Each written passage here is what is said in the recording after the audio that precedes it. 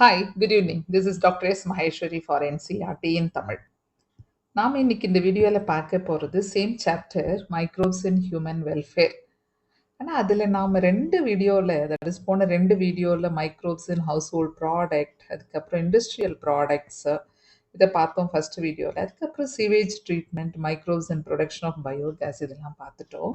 இப்போ நாம் பார்க்க போகிறது கடைசி வீடியோ கூட பயோ கண்ட்ரோல் ஏஜென்ட்ஸாக மைக்ரோப்ஸ் இருக்கிறதும் அதை ஃபெர்டிலைசராகவும் நாம் யூஸ் பண்ணிக்கிட்டு இருக்கோம். ஸோ இப்போ நிறையவே பார்த்தோம் இந்த லெசனில். நிறைய குட்டி குட்டி குட்டி குட்டி நேம்ஸ் இருக்குது, அதெல்லாம் ரொம்ப முக்கியம். சீவேஜ் ட்ரீட்மெண்ட் எல்லாம் ஈஸி படிக்கிறதுக்கு. இப்போ நாம் பார்க்க போகிற பயோ கண்ட்ரோல் ஏஜென்ட்டே கொஞ்சம் கதை மாதிரி தான் இருக்கும். ரொம்ப சிம்பிளாக சொல்லப்போனால் பயோ கண்ட்ரோல் அப்படின்னா என்னென்னா, ஒரு லிவிங் க்ரீச்சர் கொடுக்குற டிஸ்டர்பன்ஸை இன்னொரு லிவிங் க்ரீச்சர் வச்சு கிளியர் பண்ணிக்கிறது. இப்போ வீட்லேயே நம்ம பார்த்தோம்னா நிறைய கரப்பாம்பூச்சி இருந்தால் பல்லி வந்து அது கரப்பாம்பூச்சியை காலி பண்ணிட்டு போகும். பல்லி வந்து அங்கே ஒரு இம்பார்ட்டன்ட் பயோ கண்ட்ரோல். நிறைய பல்லி வந்தால் பூனை வளர்த்தா பல்லியை சாப்பிடும், அந்த மாதிரி.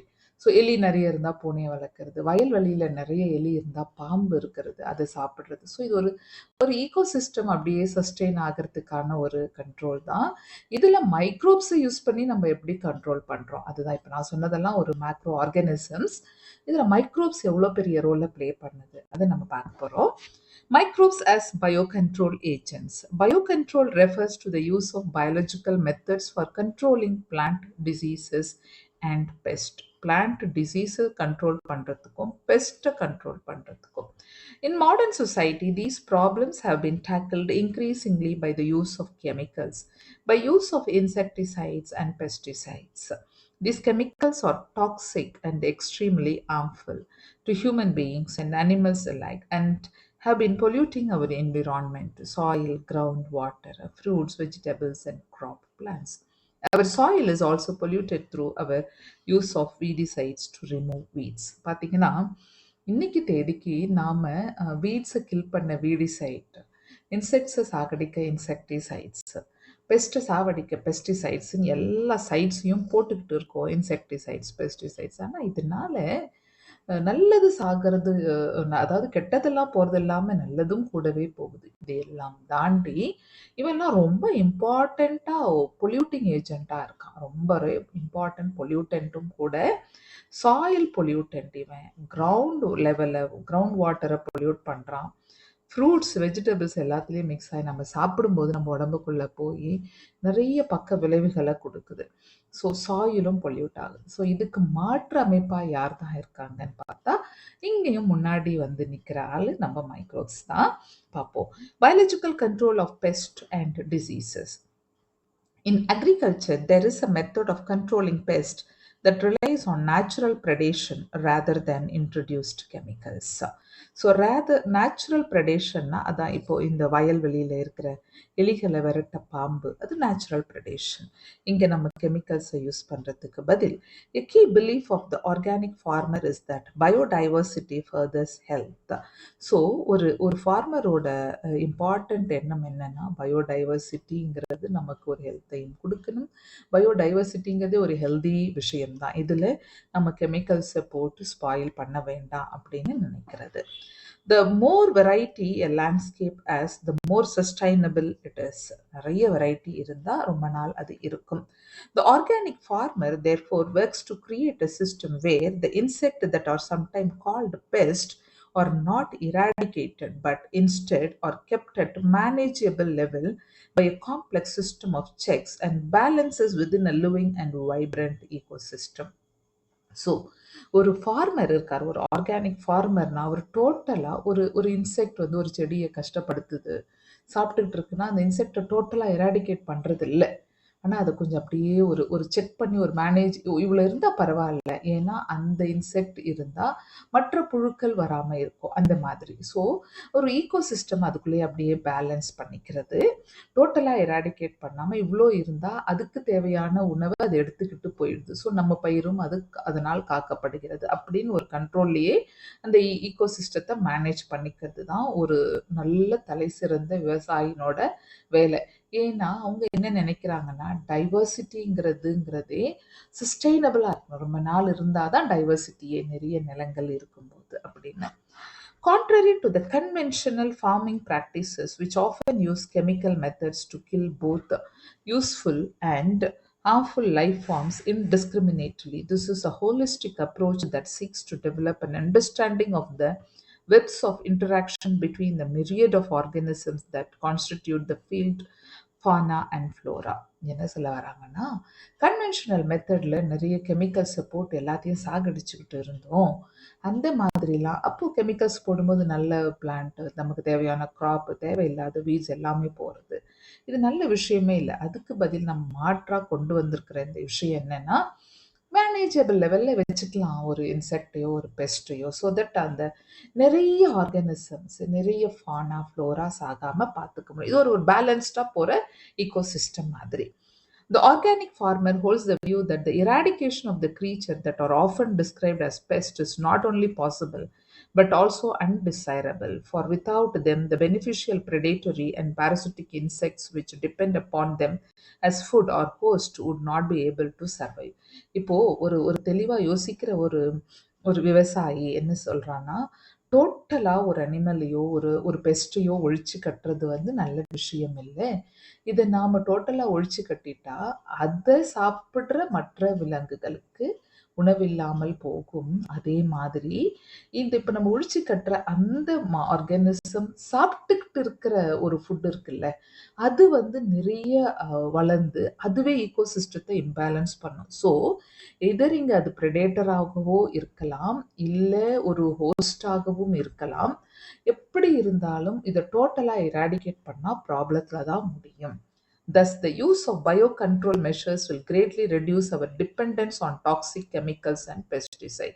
ஸோ இப்போ நாம இந்த பயோகண்ட்ரோல் நம்ம யூஸ் பண்றோம் இல்லையா, மைக்ரோப்ஸையோ இல்லை அதர், இவன் என்ன பண்றான், நம்ம டோட்டலா இந்த டாக்ஸிக் கெமிக்கல் எல்லாம் டிபெண்ட் பண்ணிக்கிட்டு இருந்தோம் இல்லையா, அது எல்லாத்துக்கும் ஒரு முடிவு கட்டிட்டான். Okay, an important part of a biological farming approach is to become familiar with the various life forms that inhabit the field, predators as well as pests, and also their life cycle, pattern of feeding and habitat that they prefer. So இங்கே biological ஃபார்மிங்கில் என்னென்னா, யாரும் disturb பண்ணல, அப்படியே manage பண்ணிக்கிட்டே போகிறோம். ஒரு லெவலோட வச்சு எது நீ ப்ரெடேட்டராவது இருந்துக்கோ, ஹோஸ்டாவது இருந்துக்கோ, இல்லை பெஸ்டாவது இருந்துக்கோ, நீ அடித்து சாப்பிட்டுக்கோ, இல்லை சாப்பாடாகவே நீ இருந்துக்கோ, எப்படி இருந்தாலும் அந்த ஃபீடிங் ஹேபிட் மாறிக்கிட்டே இருந்தாலும் இந்த ஈகோசிஸ்டமை டிஸ்டர்ப் பண்ணாமல் அப்படியே ஒன்றுத்துக்கு ஒன்று மேனேஜ் பண்ணிக்கிட்டு போயிட்டே இருக்கு.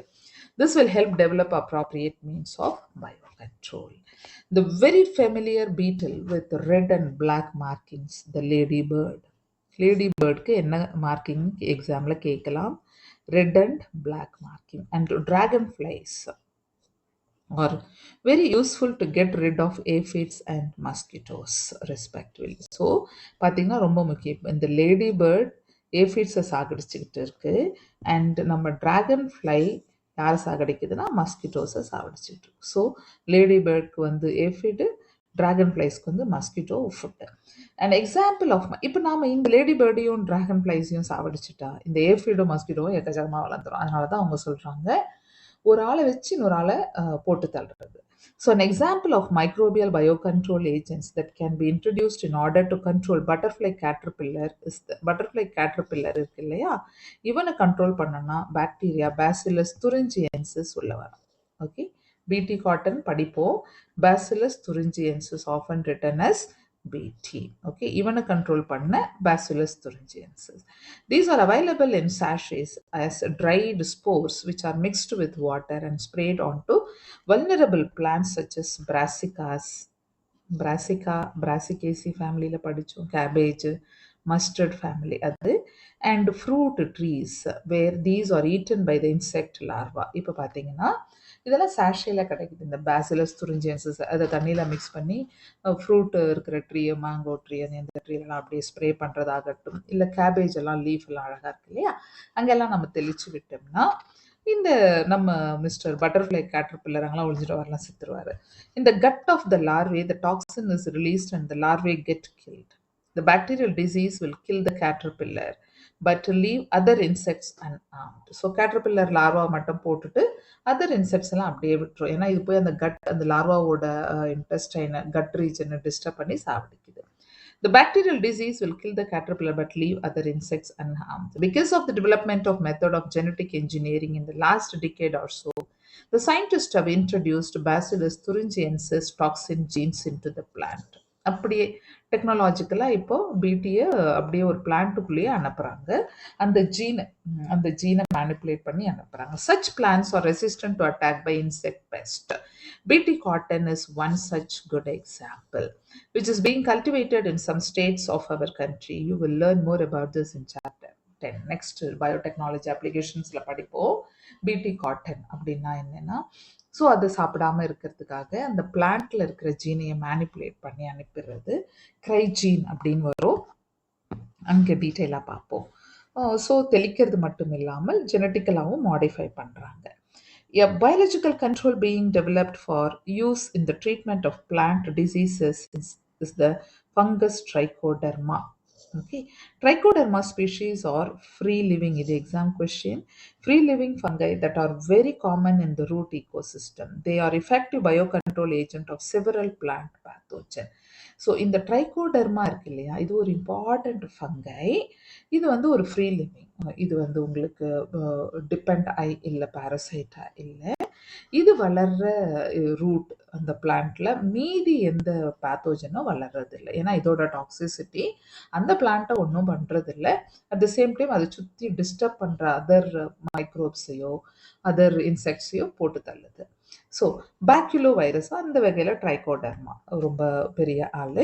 அடுத்தது பேக்யூலோ வைரஸஸ்குள்ள நம்ம படிக்கிறோம்.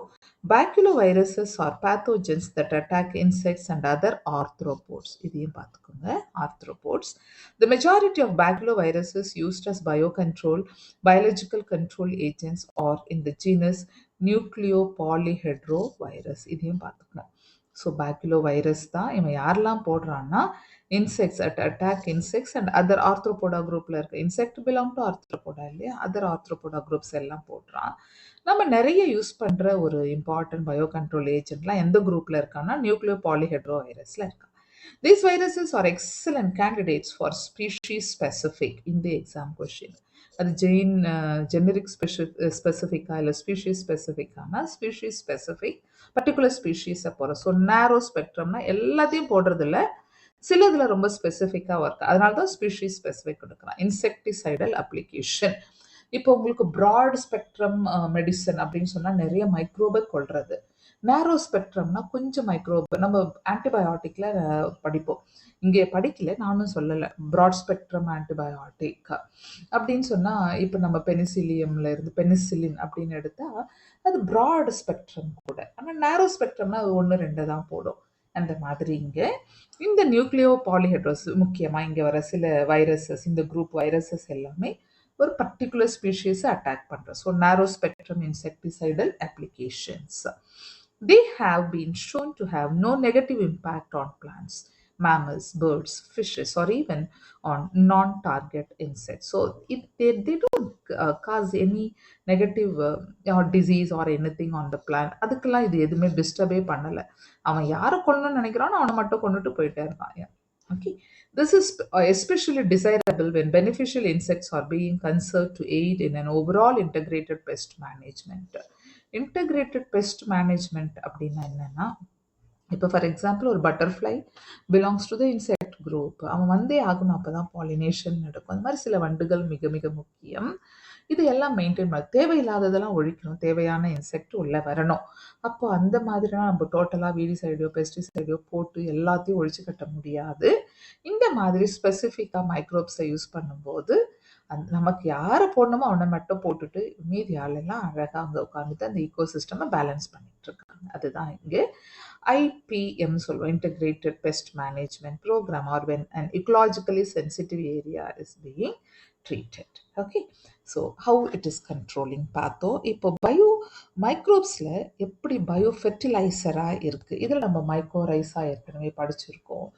அதே மாதிரி இப்போது நம்ம ஆக்சுவலி நமக்கு இந்த நியூ சிலபஸில் பிளான்ட் ஃபிசியாலஜியில் நியூட்ரிஷன் இல்லை. அதில் உங்களுக்கு நைட்ரோஜன் ஃபிக்ஸிங் படிச்சிருந்தா பாக்டீரியா ரைசோபியம், நைட்ரோபாக்டர், நைட்ரோகாக், நைட்ரோசோமோனாஸ் இதெல்லாம் படிச்சிருப்போம். அதெல்லாம் இல்லை. ஆனால் அங்கே நாஸ்டாக் படித்தோம். எங்கேன்னா கிளாசிஃபிகேஷனில் அனபீனா, நைட்ரஜன் ஃபிக்ஸிங் எல்லாம் படித்தோம். அதெல்லாம் தான் மைக்ரோப்ஸ் படிப்போம். Microbes as biofertilizers. With our present day lifestyles, environmental pollution is a major cause of concern. ஆமாம், இன்னைக்கு இருக்கிற பொல்யூஷனுங்கிறதே ஒரு தலைவலியான விஷயம். அவ்வளோ இன்னைக்கு டெவலப் ஆயிருக்கும். So the use of the chemical fertilizers to meet the ever increasing pollution demand of agricultural produce has contributed significantly to this pollution. நம்ம நிறைய கெமிக்கல்ஸை யூஸ் பண்ணி பண்ணி சாயிலையே பொல்யூட் பண்ணுறோம். அது இல்லாமல் அங்கே வளர்கிற பிளான்ட்டை, அதுக்கு அங்கே இருக்கிற வர ஃப்ரூட்ஸ் எல்லாத்தையும் பொல்யூட் பண்ணி நம்ம சாப்பிட்றோம். இந்த ஃபெர்டிலைசர்ஸ்லாம் அது எல்லாத்தையும் நம்ம சாப்பிட்டுட்டு இருக்கோம். So of course we have now realized that there are problems associated with overuse of chemical fertilizers and there is a large pressure to switch to organic farming. இப்போ பார்த்தீங்கன்னா நிறைய ஃபெர்டிலைசர் யூஸ் பண்ணி நிறைய சைடு எஃபெக்ட் வர போய் வேண்டாம்ப்பா சாமி, இதை விட்டுட்டு அப்படியே ஆர்கானிக் ஃபார்மிங்க்கு வருவோம் அப்படின்னு. The use of bio fertilisers, அதுதான் ஆர்கானிக் ஃபார்மிங்கிறது. Bio fertilisers are organisms that enrich the nutrient quality of the soil. The main sources of biofertilizers are bacteria, fungi, cyanobacteria. And you have studied about the nodules on the roots of leguminous plants formed by the symbiotic association of rhizobium. யூஸ்வலாக நம்ம இப்போ இந்த graph rotation சொல்லுவோம். ஒரு 6 மாதம் ஒரு க்ராப்பை வளர்த்துட்டு அறுவடை பண்ணிட்டு நடுவில் கேப்பில் கொஞ்சம் லெக்யூமினேசி பிளான்ட்ஸ், லெக்யூமினேசினா ஃபேபேசி மெம்பர்ஸை வளர்ப்பாங்க. ஏன்னா ஃபேபேசி மெம்பர்ஸோட ரூட்குள்ளே, ஸோ இதுதான் இப்படி ரூட் இருக்குன்னு வச்சுக்கோங்க, இந்த ரூட்டில் ரூட் நாடுலஸ் பாக்டீரியா அப்படியே நாட்ஸ் மாதிரி முடிச்சா பாக்டீரியா ஃபார்ம் ஆகும். அப்படியே ஒரு மாதிரி பிங்க் கலராக இருக்குது. இதை பற்றி டீட்டெயிலாக நியூட்ரிஷன் அந்த லெசனில் படிச்சிருக்கணும். நமக்கு இல்லாததுனால இப்போ உங்களுக்கு இது தேவைப்படுது. ஸோ இந்த மாதிரி வரும். இதுதான் ரூட் நாடுலஸ் பாக்டீரியா. இதில் யார் இருக்காங்கன்னா முக்கியமாக rhizobium. These bacteria fix atmospheric nitrogen into organic forms which is used by the plant as a nutrient. So நமக்கு அட்மாஸ்பியரில் இவ்வளோ நைட்ரஜன் இருந்தாலும் நைட்ரஜன் நம்மளால் எடுத்துக்க முடியாது. ஓகே, 73+, ஓகே 73+ இருக்குது. இவ்வளோ நைட்ரஜனை நம்மளால் கன்சியூம் பண்ண முடியலை. ஸோ ஏன்னா இந்த நைட்ரஜன் இப்படி இருக்குது, N2, இதை திருப்பியும் N டபுள் பாண்டாக மாற்றி அப்புறமா உங்களுக்கு N2 நைட்ரைட், ஓகே, இப்படியெல்லாம் மாற்றி இந்த நைட்ரஜனை நைட்ரைட்டு அதுக்கப்புறம் நைட்ரேட்டாக மாற்றி இந்த நைட்ரேட்டை பிளான்ட் எடுத்துக்குது. அந்த பிளான்ட்ல இருந்து நாம் எடுத்துக்கிறோம், அனிமல்ஸ் எடுத்துக்கிறோம். இப்படி தான் இதோட சைக்கிள். ஸோ பிளான்ட்டு எப்படி ஃபிக்ஸ் பண்ணுது அப்படின்னு பார்த்தீங்கன்னா, பிளான்ட் யாரால் ஃபிக்ஸ் பண்ணுதுன்னா இதோட அசோசியேட்டாக இருக்கிற மைக்ரோப்ஸால். இது ஒரு குரூப்பு. இன்னொரு குரூப்பில் பார்த்தீங்கன்னா நாஸ்டாக், அப்புறம் அனபீனா, ஓகே, நீலப்பச்சை பாசி, வயலுக்கான ஒரு நேசமான ஒரு விஷயம் அப்படின்னு ஒரு ஸ்லோகன்லாம் வரும். சயனோபாக்டீரியா, இவங்களுக்கு எல்லாமே ஹெட்டிரோசிஸ்ட்னு ஒரு கண்டென்ட் அதோட உடம்புல இருக்கும். இது வந்து நைட்ரஜனை ஃபிக்ஸ் பண்ணும். இதெல்லாம் நம்ம அங்கே படித்தோம். ஸோ ஜஸ்ட் ரீகலெக்ட் பண்ணிக்கோங்க. You have studied about the nodules on the இதெல்லாம் படிச்சாச்சு. These bacteria fix atmospheric nitrogen into organic forms which is used by the plant as nutrient. Other bacteria can fix atmospheric nitrogen while free living in the soil. Example, Azospirillum free living and Acetobacter free living. See, இது எப்பவுமே அசோசியேட்டாக இருக்கிறது அப்படின்னா நம்ம rhizobium சொல்கிறோம். symbiotically associated with Fabaceae plants, Fabaceae group, பருப்பு வகை தாவரங்களில். இது இல்லாமல் ஃப்ரீ லிவிங் பாக்டீரியா இருக்குல்ல, அசோஸ்பைரில்லம், அசிட்டோபாக்டர், இவங்க எல்லாமே கூட நைட்ரஜன் ஃபிக்ஸ் பண்ணுறவங்க தான். thus enriching the nitrogen content of the soil. So இப்படி போகலாம் question. Nitrogen fixing bacteria are always symbiotically associated, not always. Free living forms also fix atmospheric nitrogen. Fungi are also known to form symbiotic association with the plant's mycorrhiza. Mycorna fungi, rhiza na plant oda root la fix adoda association and fix அதோட soil surface, not soil, இந்த root surface ஏரியாவை நல்லா பெருசு பண்ண என்ன ஆகும்னா, surface area பெருசாகுதுன்னா அது absorption capacity அதிகம் ஆகுது. ஸோ அது நல்ல நியூட்ரியண்ட்டை அப்சார்ப் பண்ணும், plus water absorption and also phosphate அதெல்லாம் என்ஹான்ஸ் பண்ணும். படிப்போம். Many members of the genus Glomus form mycorrhiza. The fungal symbiont in these association absorbs phosphorus from the soil and passes it to the plant. Plants having such association show other benefits also, such as resistant to root-borne pathogens, tolerance to salinity and to drought resistance, and an overall increase in plant growth and development. So பார்த்தீங்கன்னா குளாமஸ் அப்படிங்கிற ஒரு particular type of mycorrhiza இந்த குரூப்ல இருக்கு. இவன் ஒரு பிளான்ட்டோட associate பண்ணி பாஸ்பரஸை observe பண்ண ரொம்ப உதவியா இருக்கான். பாஸ்பரஸ் ரொம்ப இம்பார்ட்டன்ட் இல்லையா, டிஎன்ஏவோட ஒரு இம்பார்ட்டன்ட் பார்ட் நியூக்ளியோடைடோட. அந்த நியூக்ளியோடைடு அப்போ உனக்கு டிஎன்ஏ நல்லா இருந்தா டிவிஷன் நல்லா இருக்கு, பிளான்ட் நல்லா வரப்போகுது, growth அண்ட் டெவலப்மெண்ட். இது மட்டும் இல்லாமல் இந்த பிளான்ட் அதாவது மைக்கோரைசா அசோசியேட் ஆயிருக்கும் போது அது ரூட் அஃபெக்ட் பண்ற பேத்தோஜன்ஸ் வர்றதில்ல. அதுக்கு டாலரன்ஸ் இருக்கு. ஒரு பிளான்ட்டுக்கே எவ்வளோ சலைனிட்டி இருந்தாலும், ஏன்னா இது அப்சர்வ் பண்ணிடுது. So plant is quite resistant to the salinity. அதுக்கப்புறம் ட்ரவுட், காஞ்சி போன வறட்சியை கூட தாங்குற கெப்பாசிட்டி எல்லாமே இந்த மைக்கோரைசாவால கிடைக்குது. அப்போ இந்த ஃபங்கைக்கு என்ன use? Can you tell what advantage the fungus drives from this association? ரொம்ப சிம்பிள். அது வந்து இன்க்ரீடியண்ட்டை சப்ளை பண்ணி பிளான்ட்ல ஃபுட் எடுத்து சாப்பிடுது. ஸோ சிம்பயாட்டிக் அசோசியேஷன், அவ்வளோதான். வாழறதுக்கு அதுக்கு இடம் கிடைக்குது, ப்ளஸ் ஃபுட்டும் கிடைக்குது இல்லையா. அது Cyanobacteria are autotrophic microbes widely distributed in aquatic and terrestrial environments, many of which can fix atmospheric nitrogen. So, Anabina, Nostoc, Oscillatoria, etc. In paddy fields, especially, paddy field na cyanobacteria da serve as an important biofertilizer. Blue-green algae also add organic matter to the soil and increase its fertility. Currently, in our country, a number of biofertilizers are available commercially in the market, and farmers use these regularly in their field to replenish soil nutrient and to reduce dependence on chemical fertilizers.